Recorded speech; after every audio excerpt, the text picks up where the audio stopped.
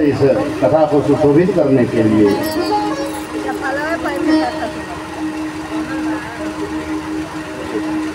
दुर्गेश जी के साथ किशन जी और सभी श्रद्धालु भक्तगण जो निरंतर लगे हुए हैं सेवा में, उन सब के ऊपर भगवान अपनी कृपा का दान करते रहें, अपनी भक्ति का दान करें, अपने नेत्र में रखें, उन्हें अपनी दृष्टि में रखें, ऐसी कामना हम करते हैं।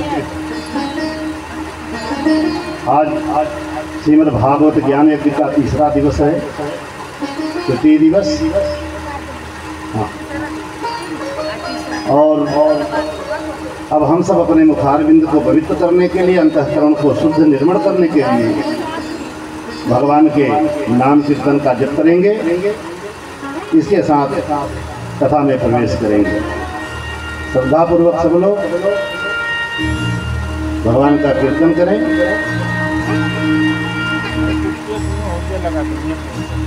राधा जी का नाम भगवान को इतना प्रिय है कि एक बार राधे राधे कह दीजिए तो भगवान मोहित हो जाते हैं। एक घंटे कह दीजिए तो पीछे पीछे घूमने लगते हैं। अगर जिनके हृदय कंठ में निरंतर राधे राधे हो जाए तो भगवान के बस में हो जाते हैं, बिक जाते हैं। क्योंकि भगवान श्री कृष्ण की प्रियतमा है राधा जी।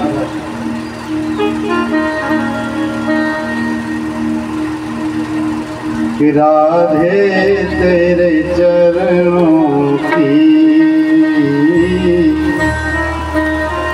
गर धूल जो मिल जाए, राधे तेरे चरणों की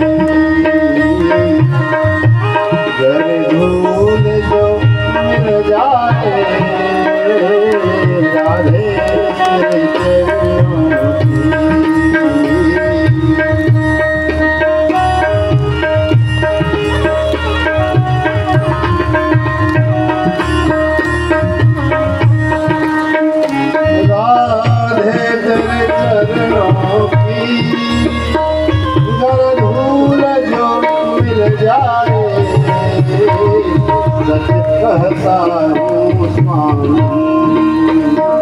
सच कहता हूँ स्वामी, किस्मत ही बदल जाए। सच कहता हूँ स्वामी, किस्मत ही बदल जाए।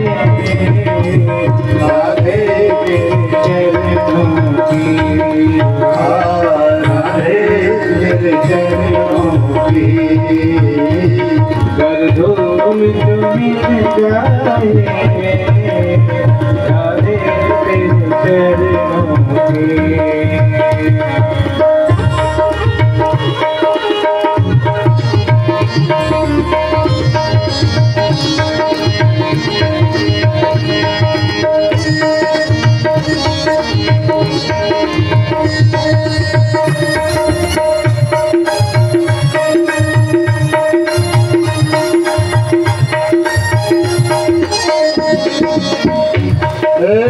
मन बड़ा चंचल है, कैसे तेरा भजन करूं। मन बड़ा चंचल है, कैसे तेरा भजन करूं। मन बड़ा चंचल है, कैसे तेरा भजन करूं। जितना इसे समझाऊं, जितना इसे समझाऊं, उतना ही उलझ जाए। जितना इसे समझाऊं, उतना ही उलझ जाए। राधे तेरे चरणों की,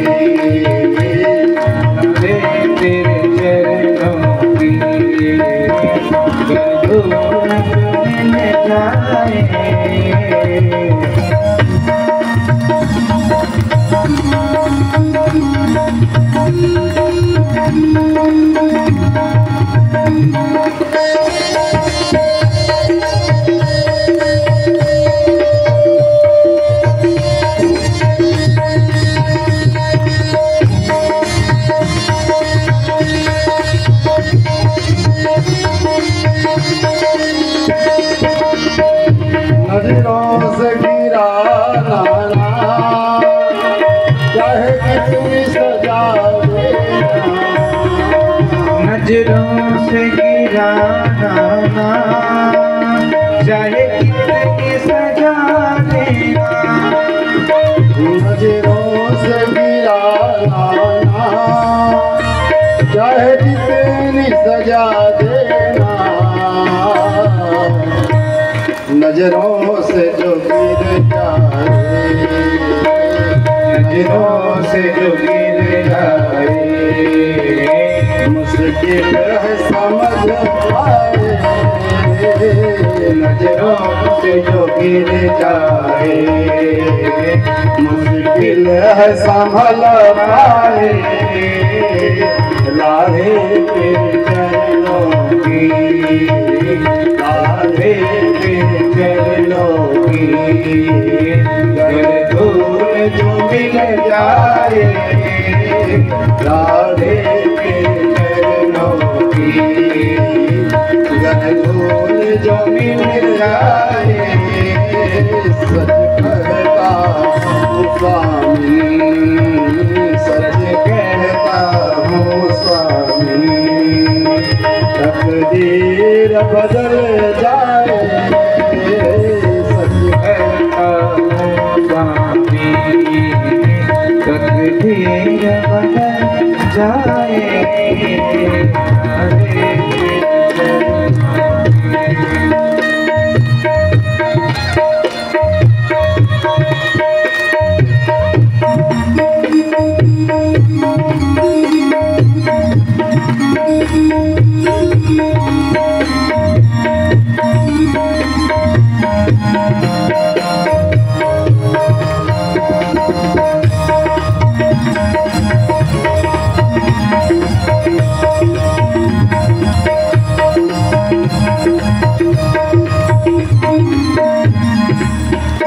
बस एक तमन्ना है राधे इस जीवन की, बस एक तमन्ना है राधे इस जीवन की, बस एक तमन्ना है राधे इस जीवन की, सामने हो मेरे, तुम सामने हो मेरे, मेरा दम ही निकल जाए, तुम सामने हो मेरे, मेरा दम ही निकल जाए, राधे तेरे चरणों की, राधे तेरे चरणों की, कर धूल जो मिल जाए, सच कहता हूँ स्वामी, सच कहता हूँ स्वामी, तकदीर बदल जाए, राधे तेरे चरणों की, कर धूल जो मिल जाए, कर धूल जो मिल जाए, कर धूल जो मिल जाए। प्रेम से बोलिए श्री वृंदावन बिहारी लाल भगवान की जय, श्री राधा रानी महारानी की जय हो। नमः पार्वती पतये हर हर महादेव।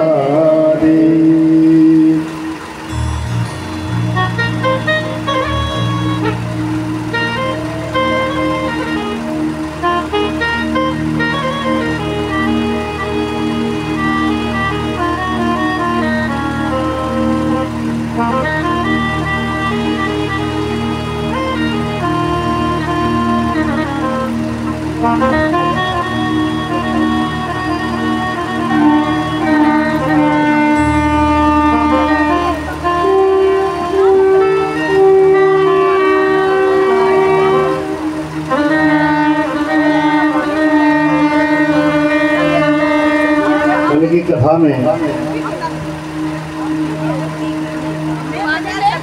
जब सनक सनंदन सनातन सनत कुमार चारों भाई भगवान का दर्शन करने के लिए बैकुंठ पहुँचे और जब भगवान का दर्शन जय विजय द्वारपाल नहीं करने दिए, नहीं अंदर जाने दिए, तो यह ब्राह्मण कुमारों ने श्राप दे दिया, जाओ तुम राक्षस हो जाओ। राक्षस होने का श्राप दे दिया। दोनों थर थर कांपने लगे और भगवान का एक सेवक वहीं खड़ा देख रहा था, सब वह कुछ नहीं बोला। जो भी क्रिया हुई भीतर नहीं घुसने दिए, रोके। श्राप मिला, लेकिन इस सब क्रिया को उसने देखा तो उसको भी फल मिला था। उस समय भगवान उपस्थित हुए और यह उन्हीं की इच्छा से हुआ। हम सब पूरी दुनिया में जितना भी त्रिलोक में चराचर जगत में हम कुछ भी करते हैं तो अहंकार तो होता है कि मेरे द्वारा हो रहा है, या मैं करा रहा हूँ, या मैं कर रहा हूँ। करते कराते सब भगवान है। जैसा प्रारब्ध है, जैसी जन्म जन्मांतर की कमाई है, उसी के अनुसार हर चीज होता रहता है। मान लीजिए कि हमारी कमाई जन्म जन्मांतर से बिगड़ी हुई है, तो क्या हमारे लिए जीने का अधिकार नहीं संसार है? तो उसके लिए कौन है? सच्चिदानंद भगवान की शरण में आ गए।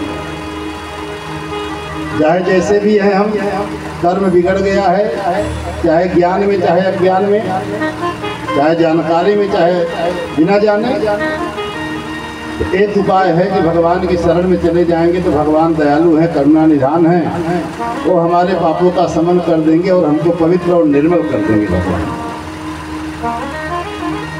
तो भगवान ने कहा कि हे ब्राह्मण कुमारों, यह मेरे द्वारा ही हुआ है, मैंने ही यह व्यवस्था करा। नहीं, आपके हृदय में क्रोध का लेश मात्र भी जगह नहीं है, क्योंकि नैष्ठिक ब्रह्मचारी जन्म से है।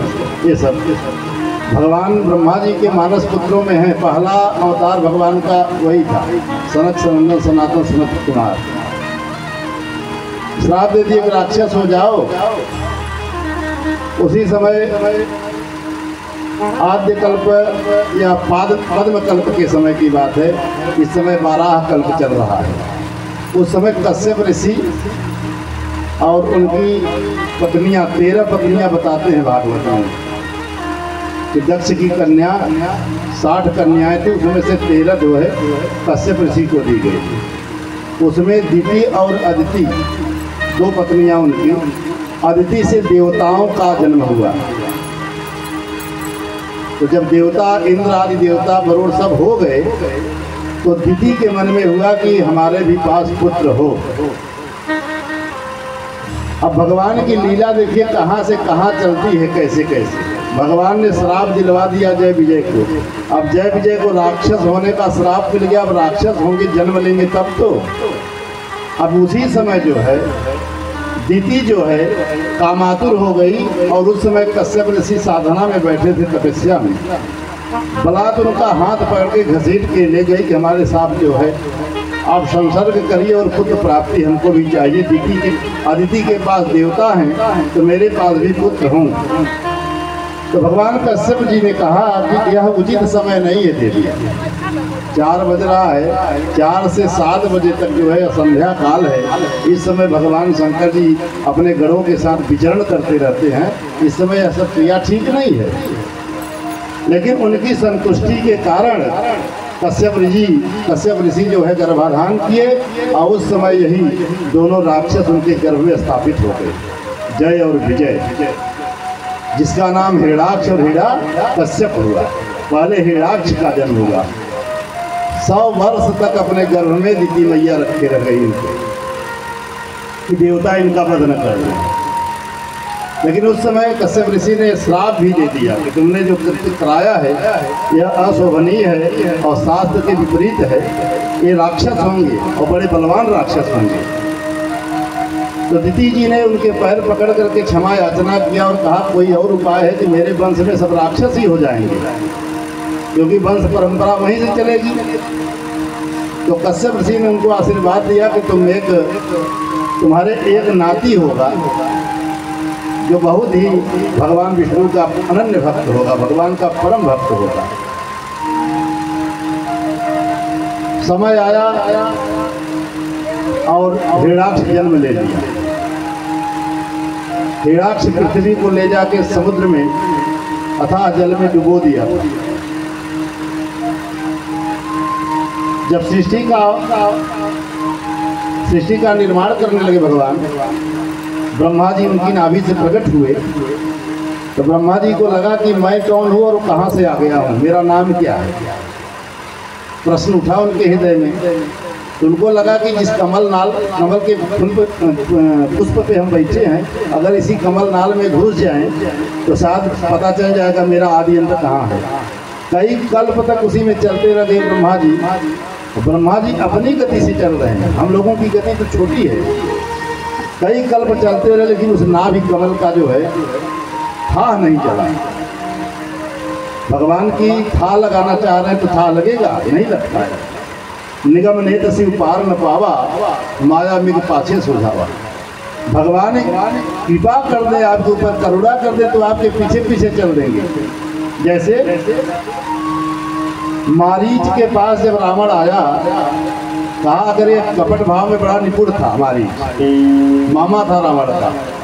रावण पहुंचा कि अगर यह कपटी मृग बन जाता सोने का तो मैं सीता का हरण कर लेता, अपनी बहन का बदला ले लेता। यदि भगवान होंगे तो हमें जीत लेंगे, संग्राम में मारेंगे तो भी मुक्ति हो जाएगी। और अगर किसी राजकुमार होंगे, राजा के पुत्र होंगे, इनकी अर्धांगिनी बड़ी सुंदर है, मेरी प्रिया प्रियतमा बन जाएगी, दोनों भाव से। लेकिन भगवान के विषय में वो मारीच ने क्या सोचा, यदि इसकी बात मैं नहीं मानता हूँ, यह पापी मेरा वध कर देगा तुरंत, और इसके मरने से तो मेरी गति होगी नहीं। तो जब दोनों तरफ मौत है, वहाँ जो है मृग बनता हूँ, जाता हूँ तो वहाँ भगवान के हाथ मरूंगा। मरना तो तय है, उभय भांति देखे निज मरना, तब ताके से रघुनायक सरना। इससे बढ़िया है इसके हाथ से मरना, बढ़िया है भगवान के हाथ से मर जाएंगे। यह भाव आते ही उस राक्षस के मन में भगवान की कृपा बरस गई। केवल इतना जाने भगवान कितने करुणा निधान हैं, केवल आपके भीतर पॉजिटिव भाव भगवान के प्रति हो जाए बस। मृत्यु की बात है, उसमें उसने निर्णय ले लिया कि इसके हाथ मरने से बढ़िया है भगवान के हाथ मर जाए। तब जब वह मृग बन के जाता है तो भगवान उसके पीछे दौड़ रहे हैं धनुष बाण तान के। वो चाहते जहाँ खड़े थे वहीं से मार देते, चाहे त्रिलोक में कहीं भागता।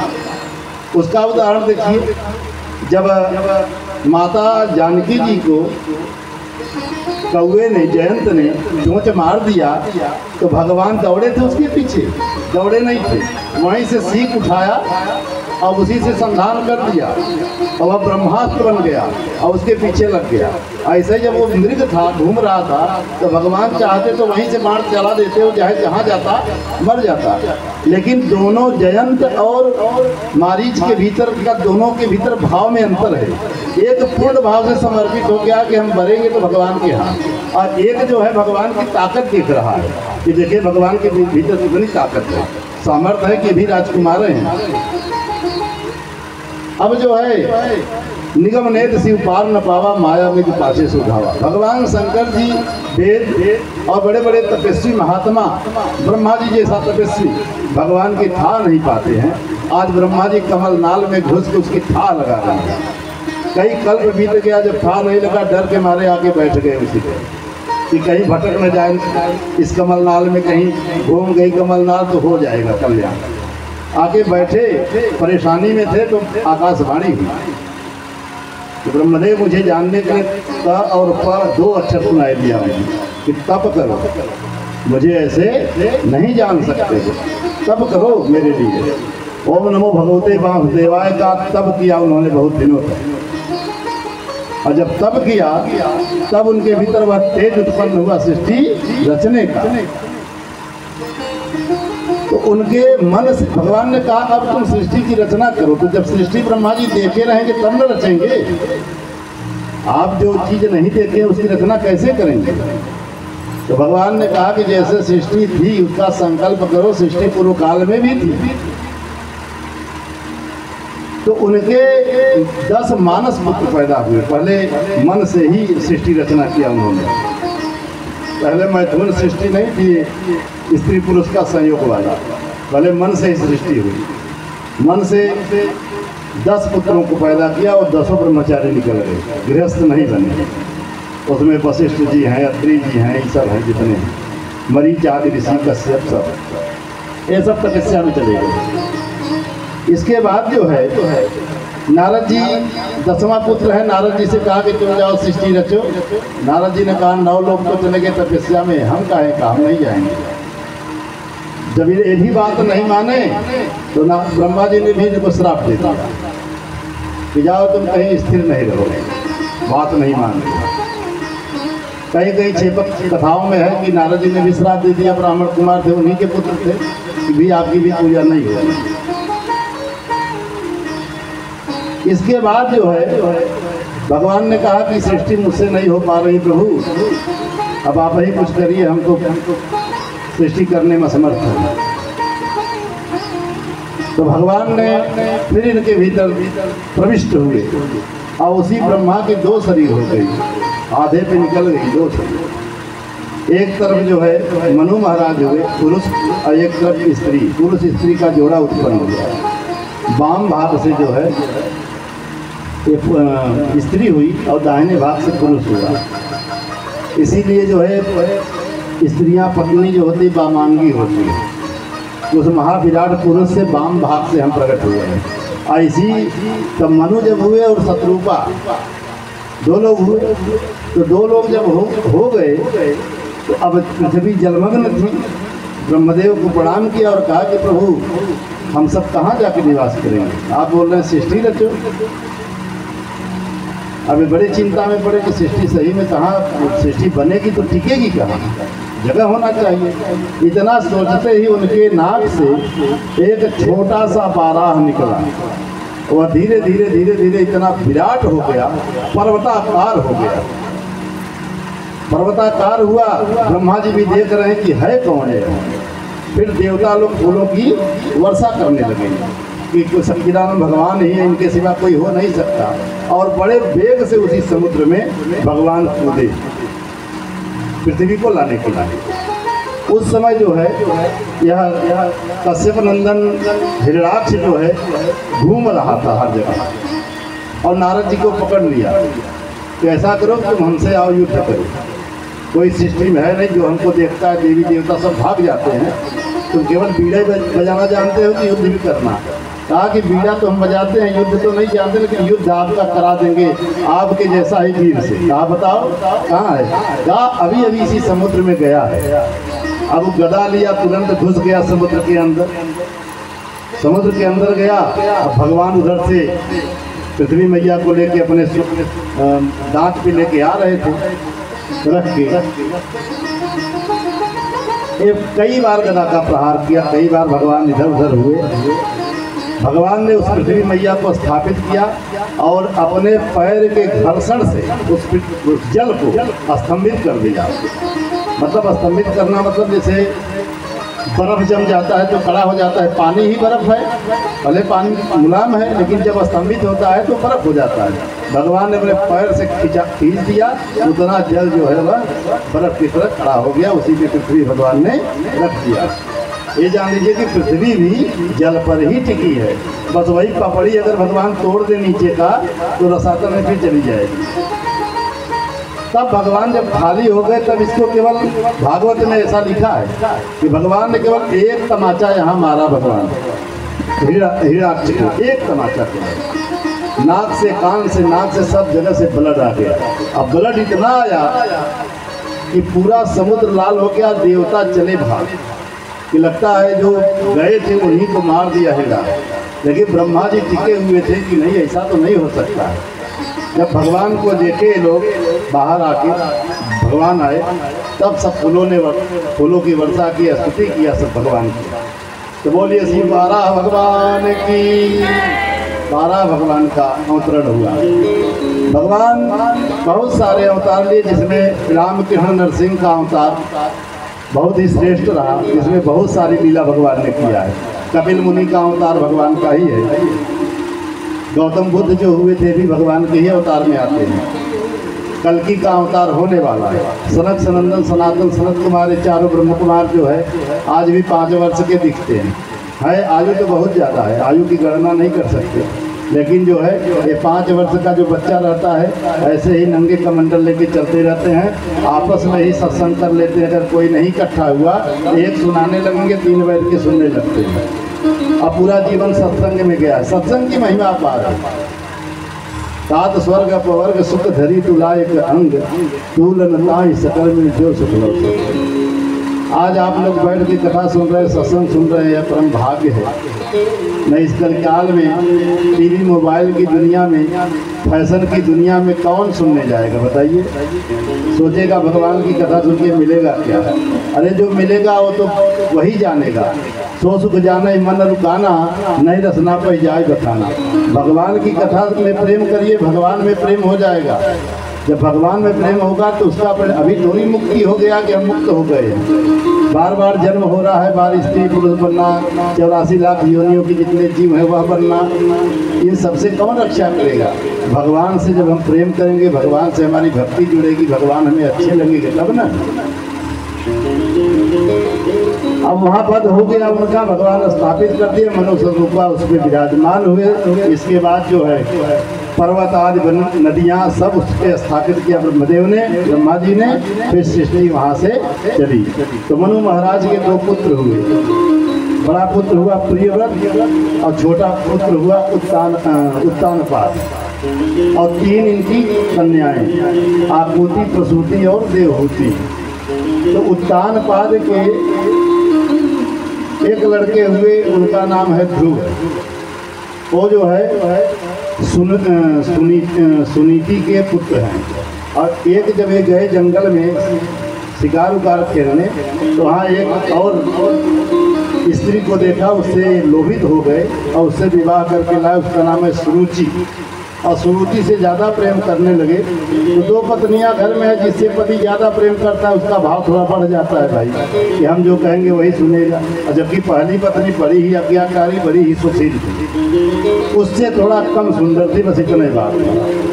अब उत्तम, अरे जो ध्रुव जी है, अब उसको एक पुत्र हुआ था जो दूसरी किए थे, उसका नाम था उत्तम।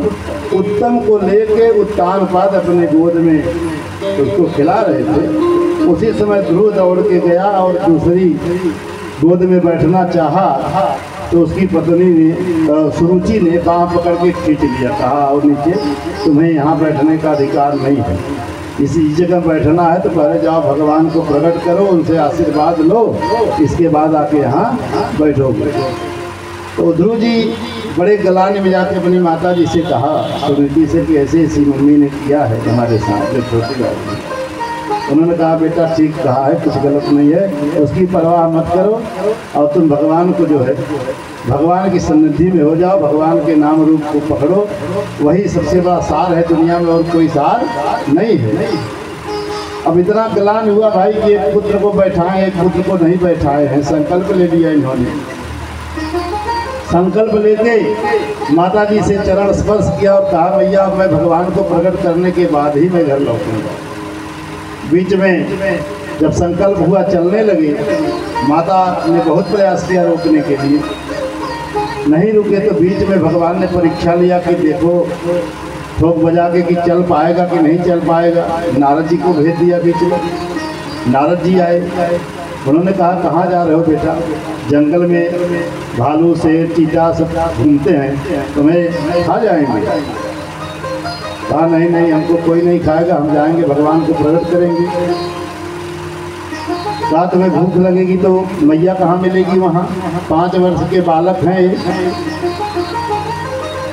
कहा हाँ मैया का भोग नहीं मिलेगा, लेकिन जो मिलेगा हवा पानी पी के रह जाएंगे, लेकिन भगवान को प्रकट करेंगे। कहा नहीं तुमसे नहीं हो पाएगा, तुम लौट जाओ घर। कहा आप कौन हैं? उन्होंने कहा मैं नारद जी हूँ। कहा नहीं, आप नारद नहीं हो सकते। हमने सुना है अपने पिताजी से कि नारद जी जिसको मिल जाते हैं उसको भगवान मिल जाते हैं।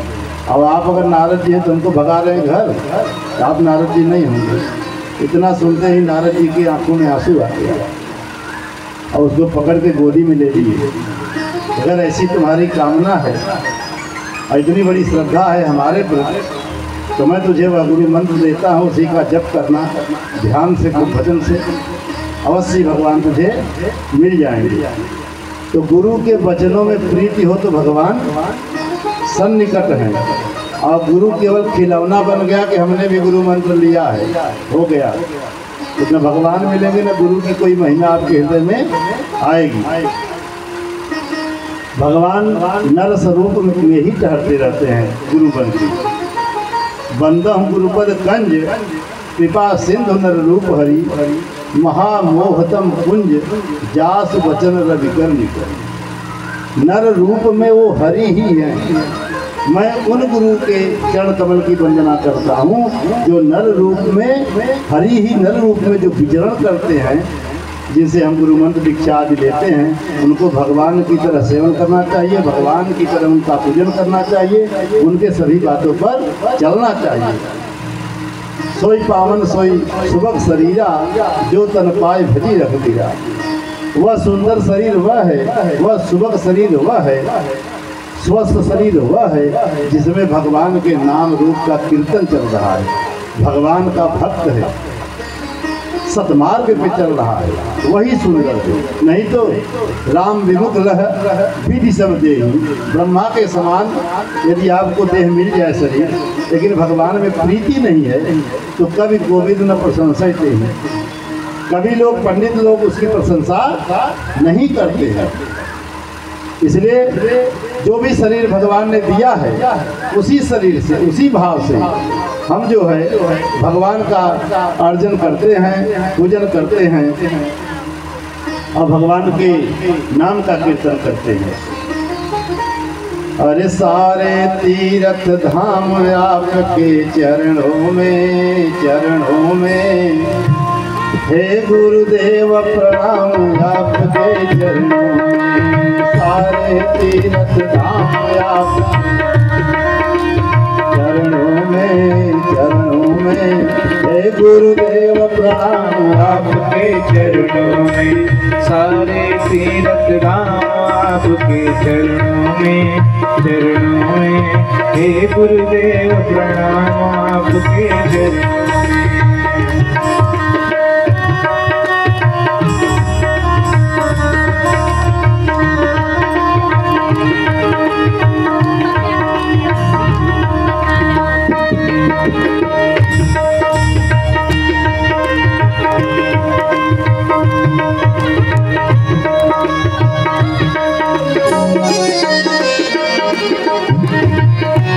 तीर्थ धाम आपके चरणों में, चरणों में, हे गुरुदेव प्रणाम आपके चरणों में। सारे तीर्थ धाम आपके चरणों में, चरणों में, हे गुरुदेव प्रणाम आपके चरणों में।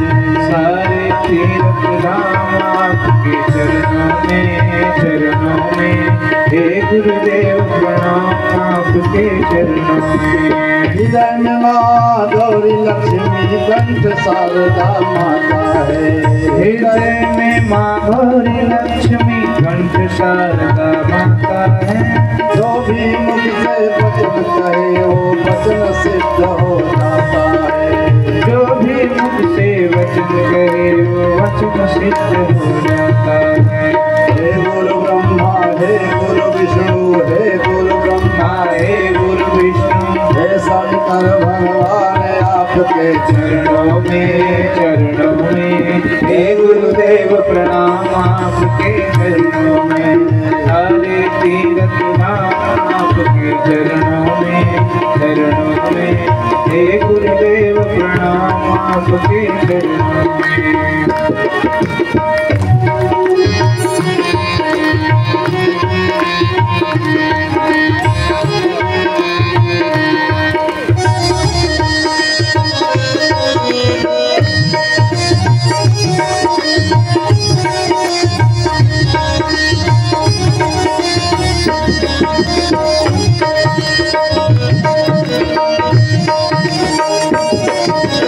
जन्म के दाता मात पिता है, आप कर्म के दाता है।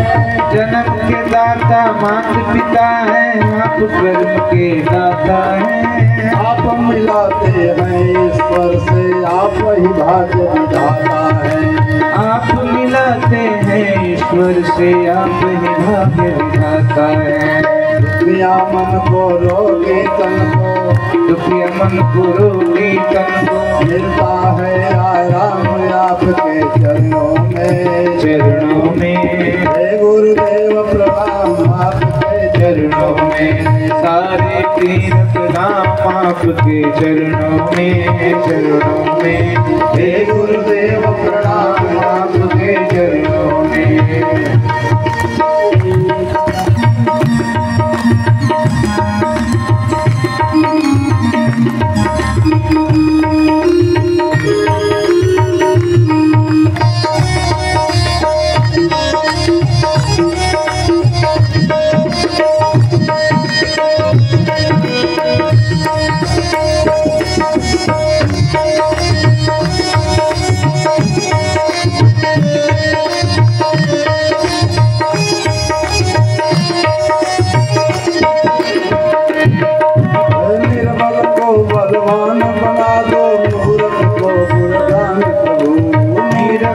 बलवान बना दो, मूर्ख को गुणगान प्रभु। देव कमल और बंसी को भी ज्ञान करो वरदान प्रभु। देव कमल और बंसी को भी ज्ञान करो वरदान प्रभु। हे महारानी हे महाज्ञानी, हे महाज्ञानी हे महाज्ञानी, हे महारानी हे महाज्ञानी, प्रभु में सुबह हो शाम आपके चरणों में। चरणों में हे गुरुदेव प्रणाम आपके चरणों में, सारे तीर्थ धाम आपके चरणों में। चरणों में हे गुरुदेव प्रणाम आपके चरणों में, सारे तीर्थ धाम आपके चरणों में। चरणों में हे गुरुदेव प्रणाम आपके चरणों में, सारे तीर्थ धाम आपके चरणों में। चरणों में हे गुरुदेव प्रणाम आपके चरणों में। हे गुरुदेव प्रणाम आपके चरणों में। हे गुरुदेव भगवान आपके चरणों में। करता करे न कर सके पर गुर करे सब हो। सात दीप नौ खंड में गुरु से बड़ा न हो। सब धरती कागज करूं लेखन सब बन राय। सात समुद्र की मस्त करूं गुरु गुण लिखा न जाए। अगर जीवन में गुरु नहीं तो समझ लीजिए कि जीवन में ब्रेक नहीं है। जैसे गाड़ी में ब्रेक न हो, गाड़ी बढ़िया हो। अब गाड़ी खूब भाग रही है बड़ी अच्छी स्पीड से, और पता चला कि ब्रेक ही नहीं है, तो समझ में आ जाएगा कि अब क्या होने वाला है। ऐसे जिंदगी की रफ्तार बड़ा सुंदर जा रहा है, अगर उसमें गुरु नाम का ब्रेक नहीं लगा है तो कहीं न कहीं वह एक्सीडेंट करा देगा।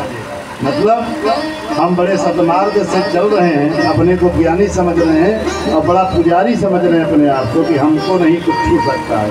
ये काम क्रोध लोभ मोह मद मत्सर अहंकार ये ऐसे हैं कि इनको आपको घसीटने में देरी नहीं लगेगा। अगर गुरु नहीं है आपके जीवन में रक्षा करने वाला, वह जीवन के ब्रेक नहीं देने वाला है, एक घसीट के आपको गिरा देंगे। कब बुद्धि बदल जाएगी, कब बुद्धि में कमी आ जाएगी, हम आप नहीं जान सकते। बड़े बड़े ब्रह्मा आदि देवताओं के मन का हरण कर देते हैं लोग, एक कमजोर नहीं है।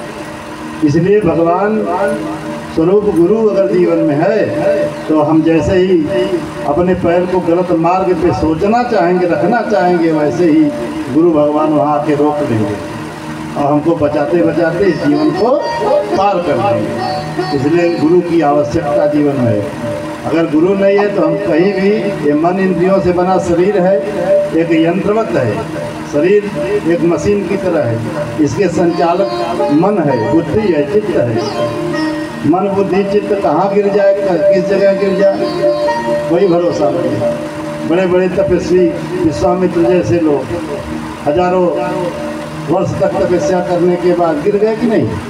ऐसे ही हमारे जीवन में गुरु का ज़रूरत है। अब गुरु यदि नहीं किए हैं तो अवश्य ही कर लीजिएगा। नारद भगवान को गुरु बनाया ध्रुव महाराज ने, और उन्हीं के आशीर्वाद को लेकर उन्हीं के वचनों में प्रेम करके भगवान के स्मरण करने के लिए चल दिए। आसन लगा दिए वट वृक्ष के नीचे और ओम नमो भगवते वासुदेव का जप करने लगे। 6 महीने में भगवत प्राप्ति हुई थी इनकी। आज तक पूरे त्रिलोक में ऐसा अभी पुराणों में कहीं नहीं मिला कि कोई और पहले किया हो। 6 महीने में उन्होंने पहले तो कंदमूल फल खा रहे थे, फिर उसको छोड़े, फिर 2 महीना जल पी के रहे, 2 महीना कंदमूल फल, 2 महीना जल पिए, फिर इन दोनों को छोड़ के फिर हवा पीने लगे। 6ठे महीने में हवा को भी बंद कर दिया उन्होंने। प्राण अपान वायु को रोककर भगवान में स्थित हो गए। पूरी सृष्टि का संचालन रुक गया, पूरी सृष्टि का संचालन रुक गया। सभी देवता भागते हुए गए भगवान के पास कि हे प्रभु, क्या अनर्थ होने वाला है, सृष्टि का लोप हो जाएगा क्या? भगवान ने कहा नहीं, ऐसा कुछ नहीं है। मेरे भक्त की तपस्या ने प्रकृति को स्तंभित कर दिया है और मुझे अवश्य वहाँ पहुँचना है, देर नहीं करनी है। तो नाम की महिमा कुछ नहीं किया था ध्रुव जी ने। एक बिल्वपत्र तोड़ के नहीं चढ़ाया था, न एक फूल भगवान को चढ़ाया। विश्वास हो गुरु के वचन में। गुरु ने कहा कि नाम जपो, तो नाम जपिए, और विग्रह मिल जाए तो विग्रह का सम्मान करना। जैसे फोटो में भगवान है, मूर्ति में भगवान है, घर में सबके भीतर सनातन धर्म में कुछ मूर्तियाँ रहती है, गणेश जी के, लक्ष्मी जी के, दुर्गा जी के, शिव जी की है। तो उनसे ही नहीं कि गुरु जी ने कह दिया कि सबको भगा दो और तुम इनको जपो, तो फिर गुरु भी गुरु सही नहीं है। उनका सम्मान करिए, देवता भगवान ने ही उनको बनाया है। उनको भी फूल पत्ती प्रसाद चढ़ाइए, लेकिन स्थिति कहाँ हो? जो नाम मिला है जपने के लिए वह नाम जपिए, सेवा सबकी करिए, प्रेम अपने परमात्मा से करिए। कि हमारे प्रभु राम जी हैं, इष्ट हैं, हमारे कन्हैया हैं, हमारे शंकर भगवान हैं, या मैया ही हमारी काली माई हैं, जो भी हैं भगवान वही हैं। केवल शरीर बदल रहा है, भगवान अपने रूप को, विग्रह को बदले हुए हैं, बाकी सारी सामर्थ्य वही है। नाम का जप किया, ध्रुव सकलान जप्यो हरिनाम, पायो अचल अनुपम ठाऊं। भगवान ने नाम की वंदना किया। नाम की वंदना कैसे करना है? तैल धारावत, जैसे नीचे पात्र रख दीजिए और ऊपर से तेल गिराइए, तो तेल जो है सीधा नीचे से ऊपर मिल जाएगा, उसमें ठोक ठोक नहीं आएगा। मधु गिराइए तो ऊपर से नीचे पात्र में भी गिर रहा है और वहाँ से चला भी आ रहा है। नाम ऐसे अखंड, इसको कहते हैं अखंड नाम जप। इसका नाम क्या है? अखंड नाम जप, अनवरत। यह भगवान को प्रकट कर देगा। भगवान तो सब जगह है ना, प्रकट नहीं है। अभी निराकार ब्रह्म सब जगह है, जैसे हवा हर जगह है, लेकिन हवा को हम बांध पाएंगे? नहीं बांध पाएंगे, क्योंकि प्रकट नहीं है, लेकिन वो प्रकट नहीं है, इसलिए देख नहीं पा रहे। तो यह जो तैल धारावत नाम जब चलेगा तो वह नाम क्या करेगा? भगवान चाहे जहाँ भी रहेंगे, वो तो सर्वत्र है, वही नाम ही रूप में आ जाएगा तुरंत। वह नाम, जिसका नाम हम जपते हैं, वह परमात्मा चिदानंदमय है, उसमें सामर्थ्य है, उस नाम में वो जीवंत है। उसमें मत समझिए कि 2 अक्षर का नाम राम है, नहीं, वो सब सुनता है, समझता है, चेतना युक्त है। राधे राधे चेतना युक्त है, कृष्ण कृष्ण चेतना युक्त है। भगवान जैसे चैतन्य है, ब्रह्म है सच्चिदानंद, ऐसे उनका नाम, उनका पीताम्बर सब चेतना युक्त है। अगर पीताम्बर चेतना युक्त नहीं होता तो कैसे द्रौपदी की लाज बचती? मार साड़ी पे साड़ी बढ़ती जा रही है। बढ़ने की सामर्थ्य थी तब न बढ़ रहा था वो कपड़ा। हमारा आपका कपड़ा बढ़ेगा, ऐसे करते बढ़ जाएगा? नहीं बढ़ेगा। ये चेतना नहीं, जड़ है। लेकिन भगवान के अंग, नाम, रूप, गुण सब चेतना युक्त हैं। भगवान की बंसी में भी करामात है, वो भी बहुत कुछ कर सकती है। इसलिए भगवान के रोम रोम में हर चीज़ की सामर्थ्य भरी हुई है। कि साधक नाम जपैल लाए, कोई सिद्धयनी मातिक पाए। साधक नाम जपै लय कोई से चरण मालिक पाए।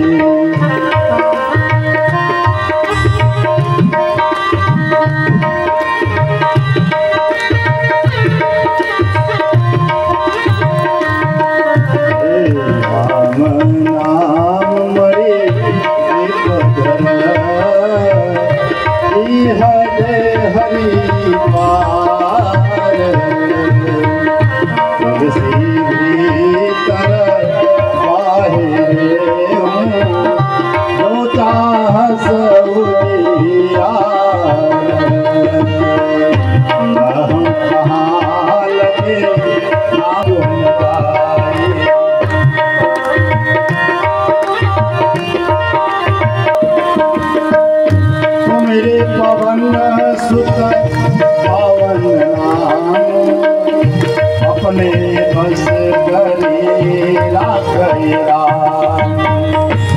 मेरे पवन सुत पावन राम अपने बस करी राखैरा।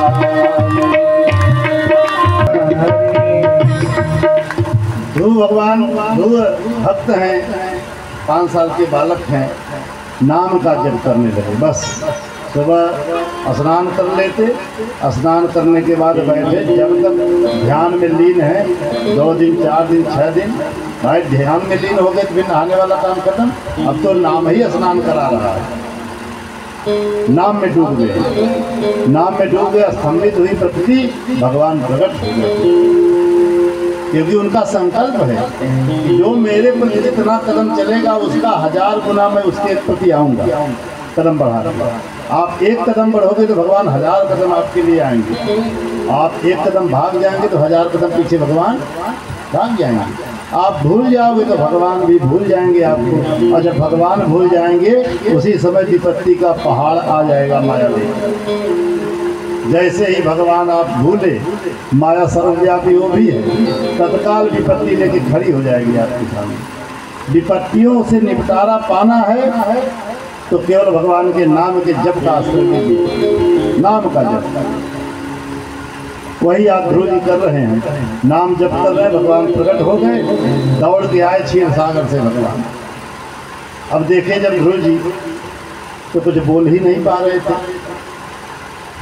भगवान समझ गए बोलना तो चाह रहे लेकिन बोल ही नहीं पा रहे, उतना ज्ञान विवेक कहाँ है।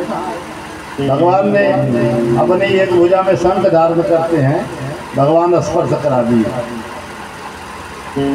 स्पर्श जैसे ही कराए वैसे ही पूरा वेदांत अंदर उतर गया, और संस्कृत में वेद में स्तुति भगवान का करने लगे। भगवान बहुत प्रसन्न है, और भगवान ने कहा ऐसा करो ध्रुव, तुम अब जाओ अपने घर, मैं तुमसे प्रसन्न हुआ, और तुम अपनी माता को अपने पिता को सुख प्रदान करो, और कुछ दिन यहाँ राज्य करो। इसके बाद मैं तुम्हारे लिए एक ध्रुव लोक बना दिया हूँ पहले से ही, वो तुम्हारे नाम कर दिया। बड़े बड़े देवता मुनि और गंधर्व लोकपाल आदि को नहीं मिलता है जो मैंने तुम्हें दे दिया है, फिर आप आके वहाँ निवास कर। अब जान लीजिए नारद जी बता दिए उत्तानपाद को कि आपके पुत्र ने भगवत प्राप्ति कर लिया, भगवान स्वयं प्रकट हुए हैं। आप जाइए सम्मान पूर्वक उनको लेके आइए। रथ लेके उत्तानपाद आ रहे हैं, उनके पीछे पीछे पूरी प्रजा आ रही है जय जयकार करते हुए। 5 साल के बालक 6 महीने भगवत प्राप्ति करके ध्रुव के नाम से उत्तानपाद को सब जानने लगे।